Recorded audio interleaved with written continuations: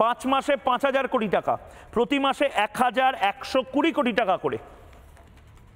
আমি আবারও বলছি, সন্ময়দাকে এই মুহূর্তে আমি আনবো, সন্ময়দা এই মুহূর্তে আবারও বলছি, এই টাকাটা যদি পরিযায়ী শ্রমিকদের কাছেই যেত আমি খুব খুশি হতাম যে ঠিক আছে পরিযায়ী শ্রমিকদের পকেটে যাচ্ছে অন্তত, কিন্তু এই টাকাটা তো তৃণমূল নেতাদের পকেটে যাওয়ার একটা বড় সম্ভাবনা তৈরি হচ্ছে।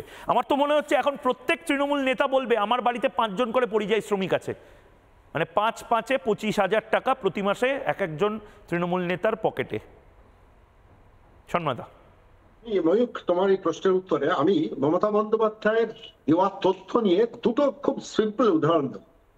সেটা হচ্ছে এই রাজ্য থেকে শুধু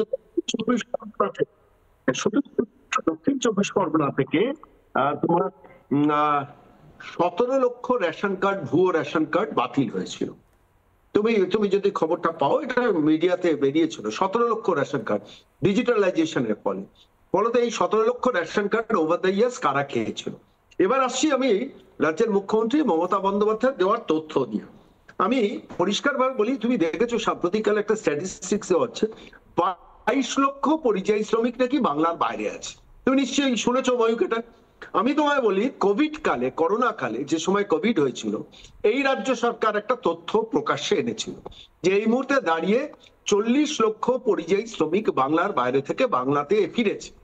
আমার কাছে স্ট্যাটিস্টিক্সটা আছে, আমি বলি। তার মধ্যে বলা হয়েছিল কেরল থেকে রাজ্যে 9 লক্ষাধিক পরিযায়ী শ্রমিক বাংলায় ফিরেছে। রাজ্যের মুখ্যমন্ত্রী বলেছেন, মমতা বন্দ্যোপাধ্যায় বলেছেন, আমি বলছি না। আরেকটা বলি, মহারাষ্ট্র থেকে ফিরেছিলেন 6,17,000, দক্ষিণে তামিলনাড়ু থেকে ফিরেছে 6,12,000, কর্ণাটক থেকে ফিরেছে 2,74,000। সারা ভারতবর্ষে কোন কোন রাজ্য থেকে পরিযায়ী শ্রমিকরা বাংলায় ফিরেছেন করোনার সময়, সেই স্ট্যাটিস্টিক্সটা দাঁড়ালে হচ্ছে 40 লক্ষ। সবাই ফেরেনি, কিন্তু মমতা বন্দ্যোপাধ্যায়ের সরকারের দেওয়া স্ট্যাটিস্টিক্সে বেরোচ্ছে 40 লক্ষর ওপর পরিযায়ী শ্রমিক বাংলার বাইরে থেকে বাংলায় ফিরেছে করোনা কালে। তারা আবার তো ফিরে গেছে। তাহলে কি করে পশ্চিমবঙ্গের এই পরিযায়ী শ্রমিকের সংখ্যাটা 22 লক্ষতে টেনে নামানো হলো? আসলে এটা নিয়ে খুব অবাক হই না। তোমরা অবাক হচ্ছ, আমি অবাক হই না। তার কারণ ওর মুখ থেকে তো শুনেছি 1,500 কেজির বাচ্চা জন্মগ্রহণ করেছে, 1100 রাষ্ট্র সারা পৃথিবীতে আছে।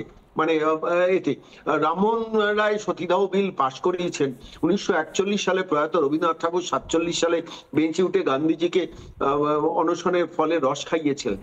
এই মিথ্যা কথাগুলো দিনের পর দিন বলেন, এবং বলার পর কোনো অনুতাপ নেই, কোনো অনুশোচনা নেই, কোনো রেকটিফিকেশন নেই।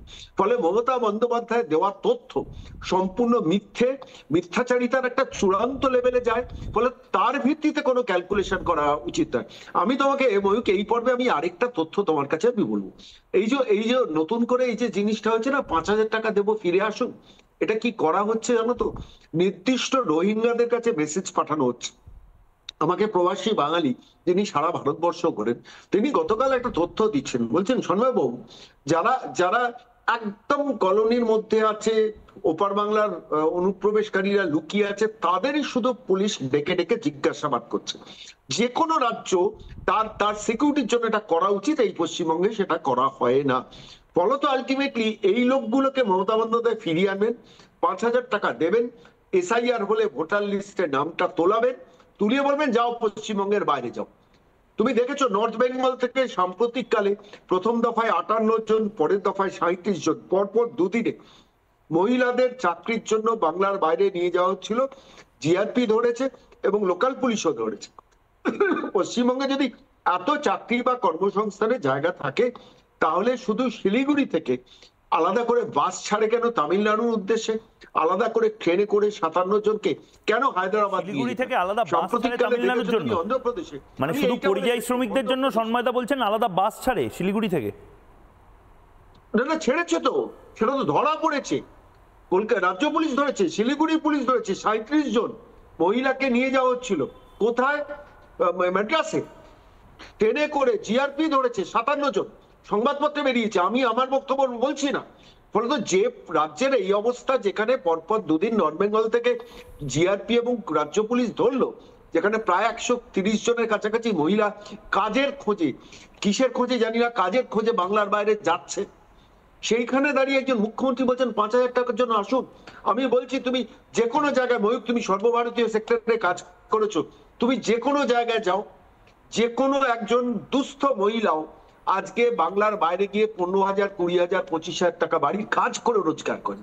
তুমি দেখেছো সাম্প্রতিককালে একটি পরিবার, তাদের 4 জন পাঁচিল চাপা পড়ে মারা গিয়েছেন দিল্লিতে, যাদের বডি আনার জন্য তৃণমূল অনেক হইচই করলো। সেই পরিবারটি শুধু মাসে রোজগার করতো 30,000 টাকার উপর, কি না রাস্তায় সুইপিং এর কাজ করতো। প্রশ্নটা হচ্ছে কাদের লোক দেখাচ্ছেন? এই 5,000 টাকার গল্পটা কিরকম হবে জানো তো? আমি তোমাকে পরিষ্কার ভাবে বলি, এ রাজ্যে কোনো প্রকল্পের কোনো অডিট হয় না।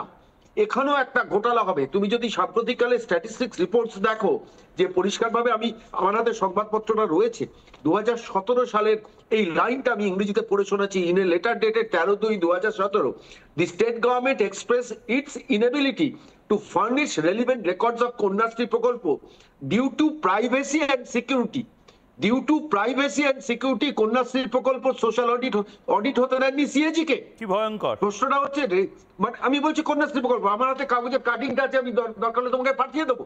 2017 সালে কন্যাশ্রীর অডিট করতে দিচ্ছেন না তিনি। এই প্রকল্পেও তো কয়েকশো কোটি টাকা ঘোটালা দেখানো হবে। আমি দায়িত্ব নিয়ে বলছি, এই প্রকল্পেরও অডিট হবে না। আমি শুধু 5,000 টাকা তৃণমূলের পকেটে, মানে এরকম একটা বড় সম্ভাবনা তৈরি হচ্ছে। সাজবে, হ্যাঁ, যারা পাড়ায় তৃণমূল করে তাদের 5,000 টাকা দিয়ে দেবে, ইলেকশনের দিন ভোটটা লুট করিস। নানা ধরনের কন্টেন্ট দেখার জন্য লাইক করুন, শেয়ার করুন আমাদের ফেসবুক পেজ, সাবস্ক্রাইব করুন আমাদের ইউটিউব চ্যানেল। পাশাপাশি অন্যান্য ব্রেকিং নিউজের জন্য অবশ্যই চোখ রাখুন রিপাবলিক বাংলায়।